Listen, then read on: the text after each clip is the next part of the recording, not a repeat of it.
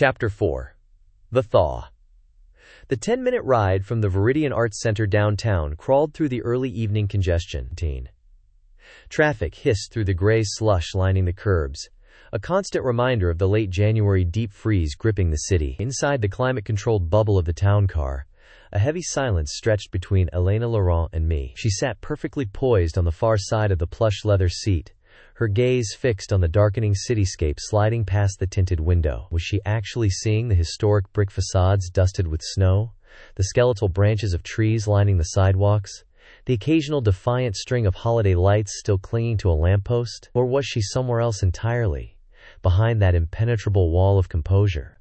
Her stillness was absolute, almost unnervingly so after witnessing the hours of intense physical exertion. It wasn't relaxation.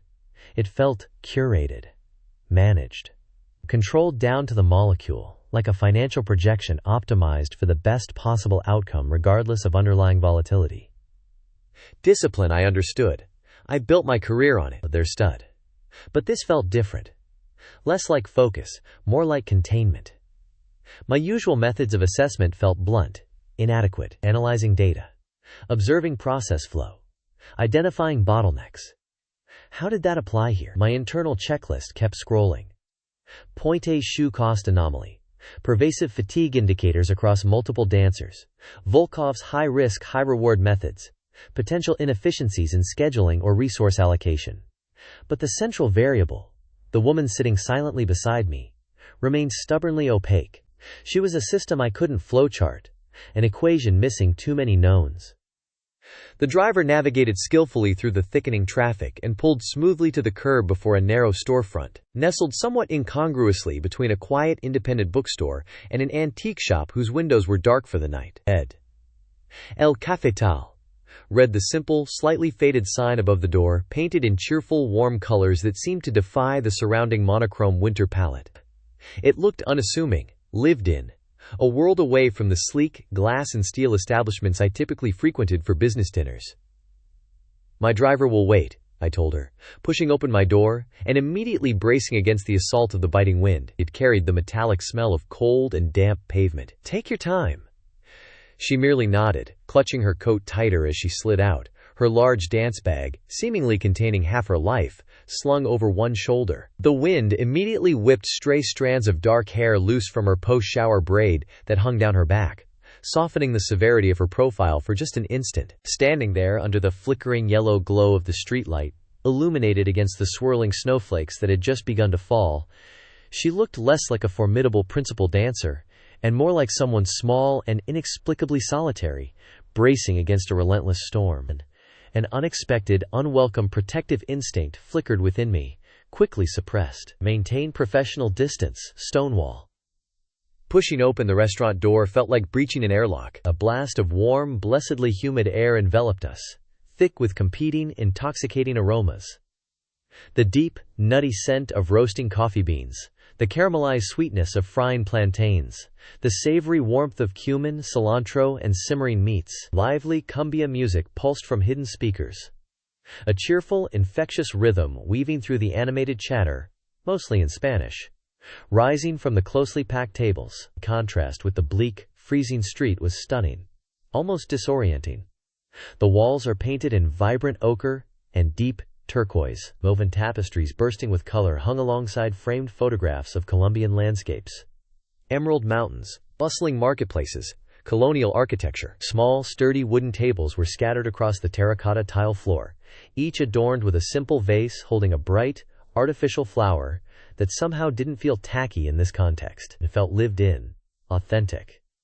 Clearly family-run, nothing like the minimalist elegance of the Arts Center lobby or the hushed, power-brokering ambiance of the downtown restaurants favored by the business associates I usually had dinner with.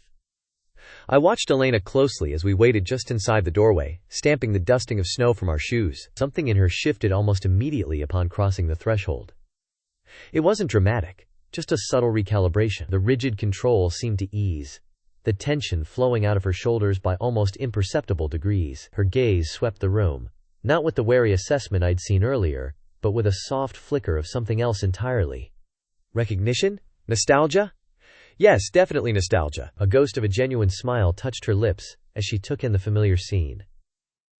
The bustling counter, the steam rising from the espresso machine, the specific pattern on the floor tiles. Yes, I thought again, with more certainty this time. Part of her truly belongs here. This environment, steeped in a culture I presumed was hers, seemed to reach a different facet of her being, chipping away slightly at the formidable defenses of the principal dancer. Interesting. A smiling, middle-aged woman with warm eyes and flour dusting her apron bustled over from behind the counter, wiping her hands. Her face broke into a wide grin upon seeing Elena. "Ay, Elenita, que milagro!" she exclaimed, launching into a stream of rapid-fire Spanish, her welcome effusive and clearly genuine. Elena responded easily, the careful neutrality of her public voice replaced by a richer, more melodic cadence, a hint of laughter warming her tone. She gestured briefly towards me as she spoke, and the owner gave me a quick, curious, but friendly smile before leading us towards a small wooden table tucked into a relatively quiet corner alcove. The initial awkwardness of proximity returned as we shed our heavy winter coats, the small table forcing us closer than we'd been in the spacious town car or the vast studio. I gestured towards the laminated menu, but Elena barely glanced at it, her eyes still taking in the room with that soft, absorbed expression. "So what's good here?" I asked, aiming for a light, casual tone. "Everything," she said simply, her focus returning to me, though some of the newfound softness remained around her eyes. The server, a young man this time, possibly the owner's son, approached almost immediately. "Café?" she asked, her voice friendly. "Sis, por favor," Elena replied easily, a hint of familiarity in her tone. "Dos." Elena continued her order quickly, confidently, again in fluent Spanish. "Arepas con queso." And "platanos maduros," she specified, pointing briefly on the menu for my benefit perhaps. Though the server clearly understood, there was an ease in her posture, a familiarity in her interaction, that spoke volumes. She knew this place. It was obviously much more than just a casual recommendation made to a board member. This was personal territory. "Y para usted, señor?" the server asked, turning his expectant gaze to me. Caught slightly off guard by the seamless switch back to business after witnessing that brief, comfortable exchange, I defaulted to basics. "Just the coffee for now, please." I paused, realizing I needed sustenance too, not just caffeine and data. I looked back at Elena, deciding to lean into the dynamic, test the waters of her expertise here.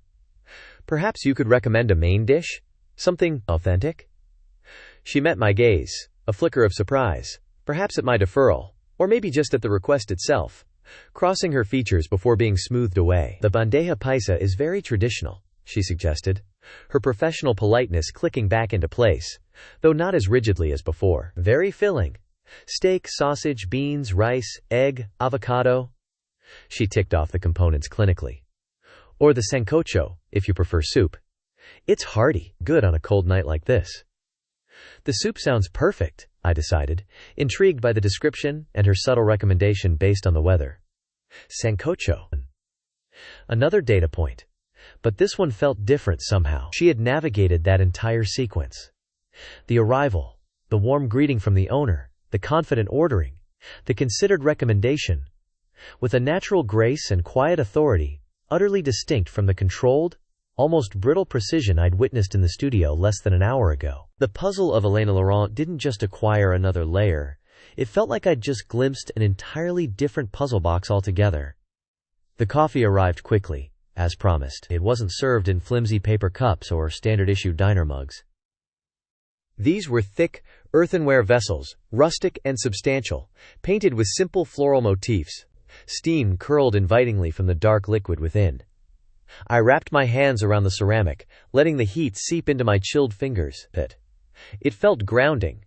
"This is excellent coffee," I said after taking the first sip. It was strong, bordering on intense, with a deep, almost chocolatey bitterness, and none of the acidic tang that plagued the Foundation's brew. Holding the warm mug felt like a small act of defiance against the lingering city chill and the colder, analytical purpose of this meeting.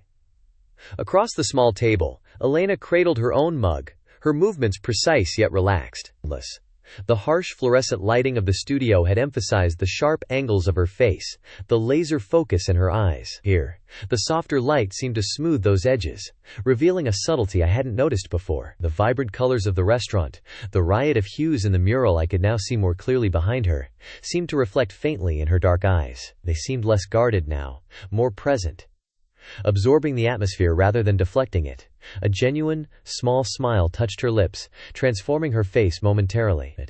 It wasn't the practiced, polite smile of a performer acknowledging applause, but something quieter, more internal. "It does feel good," she conceded, her voice a low murmur that barely carried over the restaurant's gentle buzz. "It feels real." She took another sip of her coffee, her eyes momentarily closing, as if savoring not just the taste, but the entire sensory experience. The word real hung in the air, implicitly contrasting with the demanding, often artificial world of professional ballet she inhabited, the world I was here to dissect and analyze for efficiency. "It's a welcome contrast," I agreed, holding her gaze for a beat longer than strictly necessary. "The wind outside is relentless today." "And the studio," I trailed off, letting the implication hang. "The relentless pursuit of perfection, the mirrored walls reflecting endless repetition, the unspoken pressures." She didn't explicitly acknowledge the comparison, but her slight nod suggested she understood. The warmth of the mug, the murmur of conversations, the aroma of cooking food. It was an antidote, however temporary. I leaned back slightly in my chair, consciously adopting a more relaxed posture, aiming for casual curiosity rather than pointed interrogation. My objective remained clear: gather data on operational stresses, resource allocation, dancer support systems. But the direct approach had yielded little beyond polite deflections during our brief interactions at the studio. Perhaps a different environment, a different tack. "How did you discover it?" I asked, keeping my tone light. "It feels like a hidden gem, tucked away on this side street." Her gaze drifted then, detaching from our immediate space. It didn't wander aimlessly. It moved with a quiet purpose, looking past my shoulder towards the far wall. My eyes followed hers. The mural depicted a sun-drenched Colombian landscape, a vibrant tapestry of rolling green hills dotted with coffee plants, a snow-capped mountain peak piercing a brilliant blue sky in the distance, and a small village with red-tiled roofs nestled in a valley. It was painted with affection, full of life and detail. She seemed to focus on a particular cluster of houses near the painted foothills. There was a pause, a moment where she seemed to weigh the question, or perhaps simply allow herself to be pulled into the memory the mural evoked. The ambient noise of the restaurant, the clink of cutlery, the murmur of Spanish, the rhythmic pulse of the music, filled the silence. I waited, resisting the urge to prod, sensing that this required patience. The analytical part of my brain registered the shift in her demeanor, the subtle softening around her eyes, the slight parting of her lips, as if tasting a memory. Finally, her gaze returned, though it seemed to retain a touch of that distant warmth. "My abuela," she said, her voice softening almost imperceptibly, the consonants gentler than her usual precise diction. The Spanish word felt natural on her tongue, intimate. "My grandmother." She looked down at her coffee mug, tracing the rim with a slender finger. She wasn't from the region in the mural, she was from Bogota, but she loved this place. She used to bring me here sometimes, years ago, when she visited the city. A faint shadow of a smile played on her lips again, this one tinged with something wistful. She had strong opinions about food outside of her homeland. The smile deepened slightly. She claimed their ajiaco, she gestured vaguely towards the kitchen, was the only thing that tasted right this far north. The only soup that truly reminded her of home, especially on cold days like this. A flicker of genuine warmth, pure nostalgia, illuminated her face. It was a brief, unguarded glimpse of the woman beneath the principal dancer, the granddaughter remembering her abuela's particularities and affections. It humanized her in a way that seeing her execute 32 fouette turns, however impressive, could not. The glimpse was fleeting, gone almost as quickly as it appeared, her expression settling back into a more neutral, composed state, but the residue remained, a subtle afterglow in her eyes. Abuela, grandmother, Bogota, ajiaco. Data points, yes, catalogued automatically by the analyst part of my brain, personal data points, however. markers of identity, connection, history. Stored away, but with a different resonance than rehearsal schedules or injury statistics. They felt significant in a way I couldn't yet quantify for the Foundation's report. I felt a pull to follow that thread, to ask more about her grandmother, about those visits. It seemed a potential key, a way to understand the person behind the performer.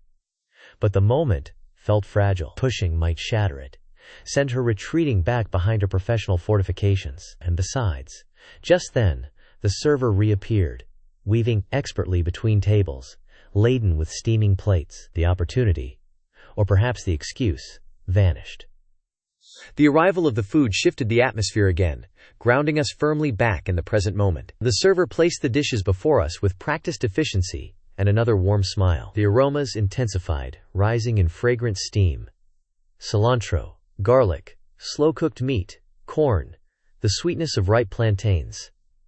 Before me sat a deep, earthenware bowl brimming with the sancocho Elena had recommended. It was a hearty, rustic stew, thick and fragrant. Large, tender chunks of beef and perhaps chicken jostled with substantial pieces of potato, yucca, green plantain, and bright yellow corn on the cob, all submerged in a rich, golden broth flecked with herbs. It smelled deeply nourishing, promising warmth and substance. For Elena, 2 golden corn cakes, the arepas con queso she'd ordered with such quiet confidence, sat side by side on a plate. They were perfectly round, puffed high, their surfaces slightly blistered from the griddle, hinting at a crispy exterior. A generous amount of melted white cheese oozed enticingly from the slit cut into the side of each one. Alongside the arepas was a small companion plate holding several pieces of glistening, caramelized platanos maduros, sweet fried plantains, dark and sticky at the edges. The entire presentation was simple, unpretentious yet incredibly appealing. "This looks substantial," I remarked, picking up my spoon and gently stirring the sancocho, watching the steam rise. The sheer heartiness of it was impressive. Elena looked at her own plate, then back at my soup. A flicker of that earlier, softer expression returned. "It's supposed to keep you warm through a mountain chill," she replied, her voice regaining some of that gentle quality from when she spoke of her grandmother, "and fuel you for a long day's work." She picked up one of the arepas with delicate, long fingers, the same fingers that could convey so much emotion in ballet's silent language. She brought the arepa to her lips and took a bite. It wasn't a tentative nibble. It was a committed bite, sinking into the yielding corn cake and the molten cheese within. For a moment, her eyes closed. It was an unconscious, unguarded reaction. A faint sigh, barely audible, escaped her. Pure, unadulterated pleasure. It wasn't performative. It felt utterly genuine, like tasting a piece of home, perhaps? A direct line back to those visits with her abuela. To a time before the relentless discipline of the ballet world claimed her so completely. Another crack in the armor. Fascinating. I filed the observation away, noting the profound effect the simple food seemed to have. Comfort food, in the truest sense. It suggested a capacity for simple joys, a connection to sensory experience that wasn't purely about the physical mechanics of dance. I turned my attention back to the sancocho. Dipping my spoon in, I brought a mouthful of the rich broth, a piece of tender beef, and yielding yucca to my lips.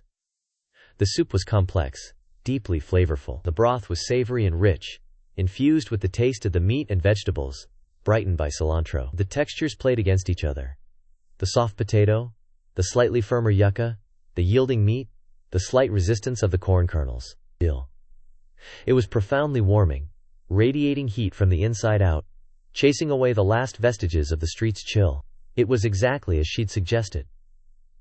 Substantial, comforting, restorative. "This is incredible," I murmured, genuinely impressed.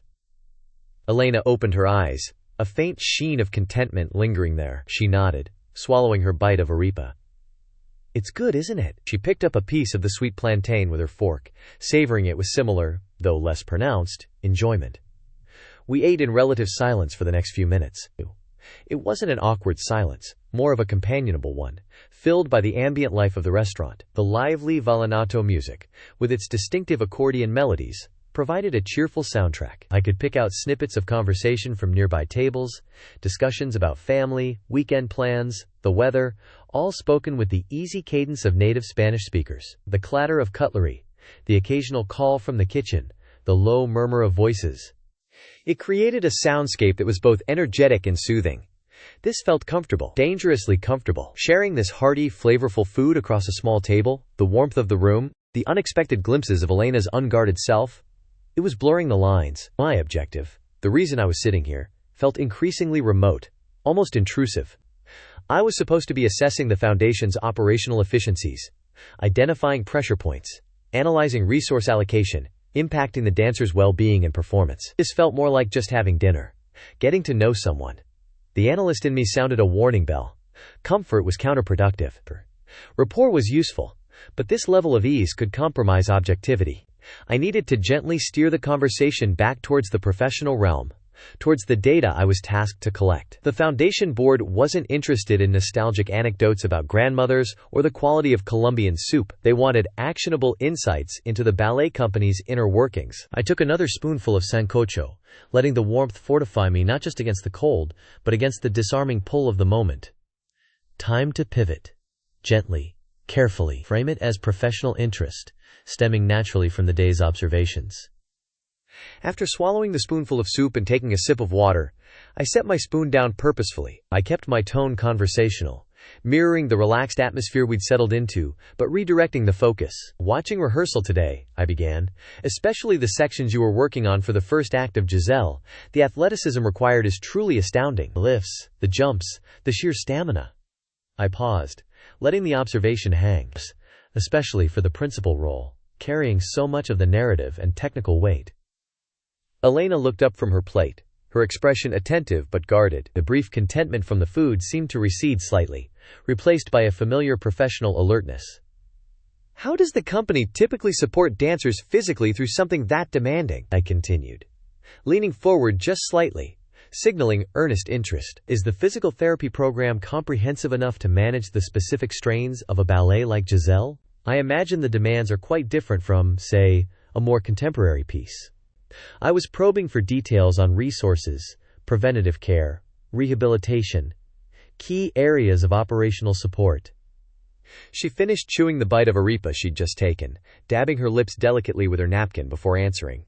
The pause felt deliberate, a moment to shift gears internally. Her professional mask slid subtly, almost seamlessly, back into place. The softness around her eyes firmed up. The company has excellent physical therapists, she said, her voice even, measured. The warmth that had touched it earlier was gone, replaced by a neutral professionalism. They are highly skilled and understand the specific needs of dancers. She picked up her water glass. And we have access to various conditioning programs, Pilates, gyrotonic, strength training. We learn, over time, how to manage the physical demands, how to listen to our bodies, how to pace ourselves. She took a sip of water. It's part of the profession. Vague. Doubtopus. Correct, undoubtedly, but lacking any specifics. Excellent therapists. How many? Available how often? Conditioning programs. Mandatory. Optional? Tailored to individual needs? Or generic? Part of the profession. A classic deflection. Acknowledging the difficulty without revealing any institutional shortcomings or personal struggles. My internal analyst logged it. Standard answer. No specifics on program scope, frequency, or adequacy. High level of deflection. Okay, plan B. Reference a recent, shared experience. Something concrete that might elicit a more specific response regarding fatigue or resource strain. That Nutcracker run must have been grueling as well, I offered, shifting slightly in my seat. Finishing just a few weeks ago, and then diving straight into Giselle rehearsals. Performing that many shows, especially through the holidays, back-to-back performances, dealing with the cold weather outside the theater on top of it all. I'll let the sentence hang. Inviting elaboration, painting a picture of accumulated fatigue. Surely that intense period would have tested the company's support systems, and her own resilience. Elena picked up her fork again, nudging a piece of plantain slightly on her plate. Her gaze was steady, meeting mine directly, but revealing nothing. She took another careful sip of water, a small, almost imperceptible delaying tactic. It gave her a moment to formulate her response, ensure it stayed within acceptable professional bounds. Nutcracker season is always intense, she acknowledged simply. The acknowledgement itself felt like a minor concession, but it stopped there.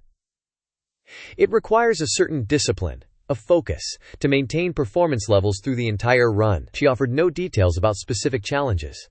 Fatigue, minor injuries pushed through, the mental toll. Nothing about whether the physical therapy resources felt strained during that peak period, or if dancers felt pressured to perform despite exhaustion. But, she added, her tone shifting to one of finality, it's behind us now. Our focus is entirely on the current production, on Giselle. Deflection, automatic, efficient. Acknowledge the premise. Nutcracker is intense. Offer a generic statement about professionalism, discipline, focus. Then firmly pivot back to the present, closing the door on any further discussion of past difficulties. My internal notes continued. Acknowledges intensity of Nutcracker season but offers zero details on impact or support. Immediate redirection to current production. Consistent pattern of information control. She was very, very good at this. It was time. Time to address the elephant in the room. The pointy shoes. I'd seen it clearly during rehearsal. Elena's own shoes, while meticulously prepared, showed signs of significant wear even before the day's work truly began, and several dancers in the corps de ballet had shoes that looked alarmingly broken down, the boxes softening, the shanks losing their integrity. It was a potential indicator of supply issues, budget constraints, or simply the extreme demands of the choreography outstripping the durability of the equipment. But accusing the company of undersupplying its dancers was too direct, too likely to provoke defensiveness. I needed to frame it carefully, as a shared, universal challenge within the art form, not a specific criticism of her company. I took another bite of my sancocho, chewing thoughtfully for a moment, allowing a natural pause in the conversation. Then, I looked across at her, aiming for a collaborative, almost commiserating tone. Something I observed today, I began, keeping my voice neutral, and it's something I imagine is a constant factor in the ballet world. The point shoes. I watched her reaction closely. Did her eyes narrow slightly? Was there a flicker of defensiveness? Several pairs seemed heavily worn, even early in the rehearsal. Her fork halfway to her mouth with a piece of arepa, stilled for a fraction of a second. Just a micro-movement, easily missed. But I caught it. Her gaze didn't waver from mine, but something shifted behind it. Was that resignation I saw? A weariness with this particular topic? Or was it annoyance again, perceiving an implied criticism despite my careful phrasing?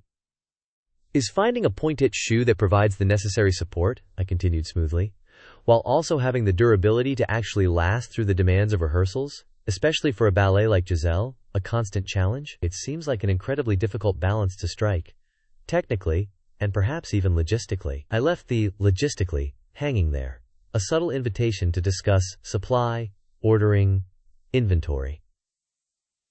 Elena placed her fork down deliberately on the edge of her plate. She took a slow, deep breath, masked as a natural pause in conversation. When she spoke, her voice was carefully neutral, almost pedagogical, as if explaining a basic concept to an outsider, which, in this context, I was.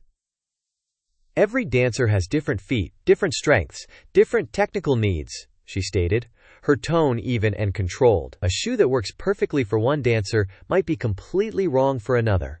And every ballet wears shoes differently. She gestured slightly with her hand.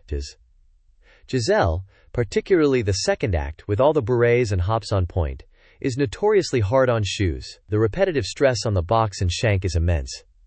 She was providing context, textbook explanations. Still no specifics about her company's situation. Finding the right shoe, the right brand, the right model, the right customizations, is the first step, she continued. Then, making it work for you. Breaking it in correctly, sewing ribbons and elastics precisely, sometimes altering the shank or the box slightly. She glanced down at her own hands, then back at me. And yes, keeping enough pairs in rotation, anticipating how quickly they'll die under the strain of daily rehearsals and performances. It's a continuous process. A continuous process. The phrase felt practiced, diplomatic.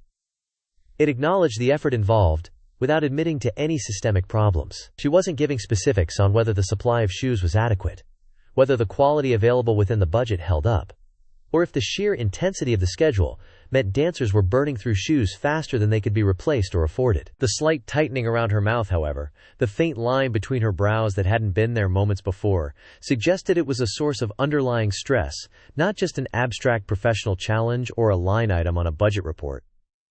My internal assessment. acknowledges universal pointed shoe challenges and specific demands of Giselle, describes dancer-side preparation. Uses generic phrase, continuous process, to describe management/supply aspect. Avoids specifics on supply adequacy, budget impact, or dancer hardship. Non-verbal cues, slight tension, suggest topic is sensitive/stressful. The problem remained ill-defined. Supply? Quality? Intensity? Funding? Likely a combination. But she wasn't offering the data points needed to differentiate.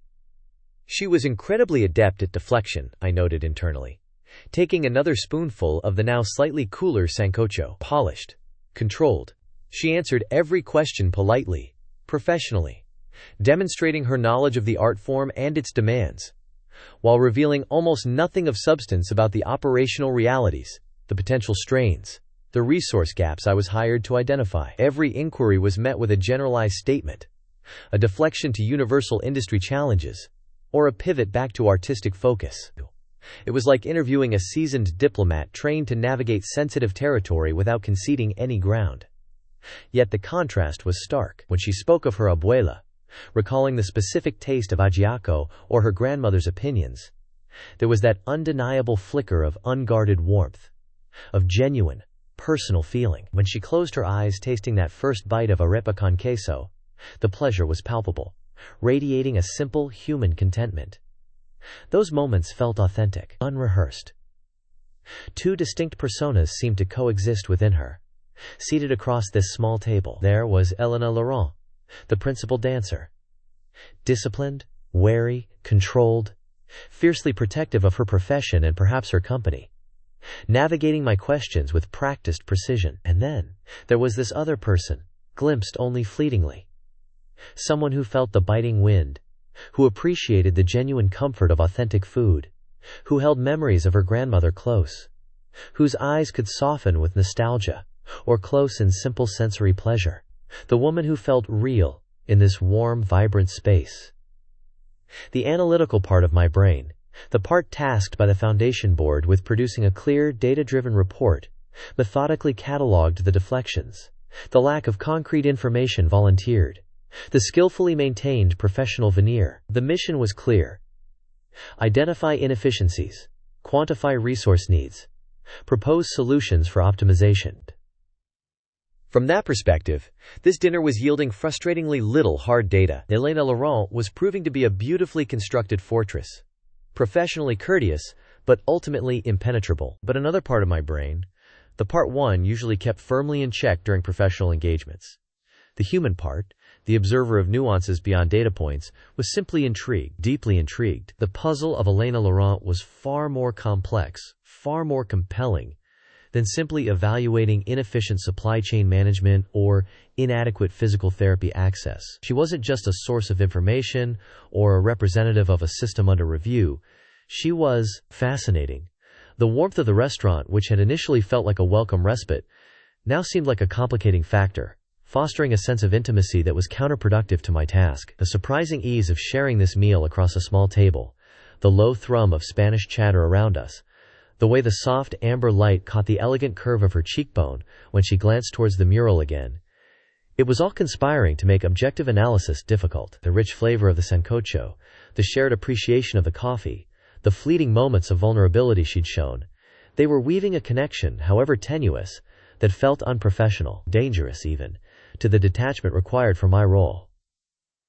Focus, Stonewall, I reminded myself sternly, mentally invoking the sterile gray of the Foundation's boardroom. Data first. Understand the variables. Quantify the issues. Deliver the report. My purpose here wasn't to appreciate the nuances of a principal dancer's personality, or enjoy Colombian cuisine. It was to assess operational effectiveness for the board, the people who expected cold, hard facts and actionable recommendations.